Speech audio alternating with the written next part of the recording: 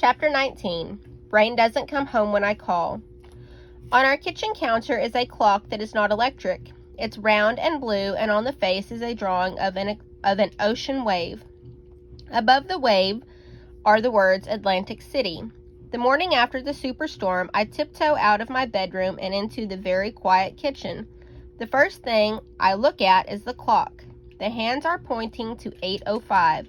Next, I turn around to see if my father's door is open. It is not. I pick up our phone and listen for a dial tone. Nothing. I press a few buttons. Still nothing. We have no electricity and no telephone. I walk to the window in the living room and look outside. The day is very dark and wet. Rain is still falling, but gently, as if it might stop soon.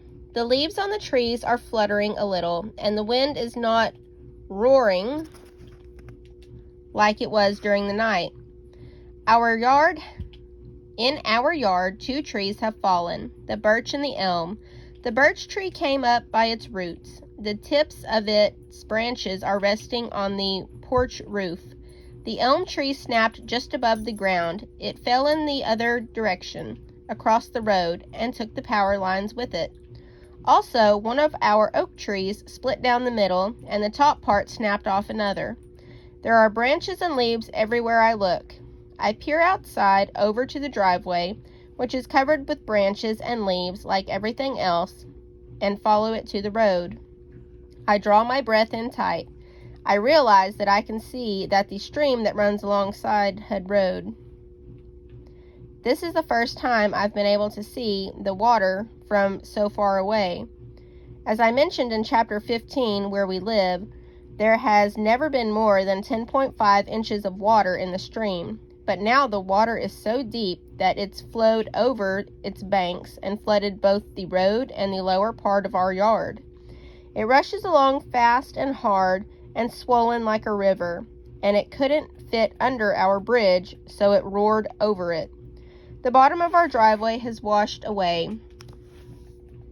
Sturdy pieces of lumber are breaking apart and hurtling down Hood. We are stuck on our property. Even after the water recedes, the stream will still be there, with no driveway bridging it. I turn around, wondering whether it's okay to wake my father. I want to ask him about the bridge and hear his thoughts on being stranded.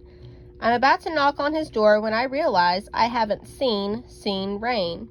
She's not in the kitchen or the living room. I go back to my room and look under my bed. Sometimes Rain hides there if she gets scared. No Rain. I check the bathroom. No Rain. I look in the kitchen and living room once more. Rain, I call. Rain. Nothing. I call louder. Rain.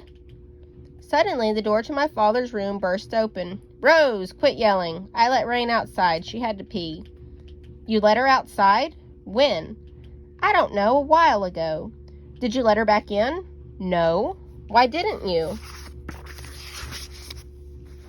Because it was early. I went back to sleep. She's probably on the porch.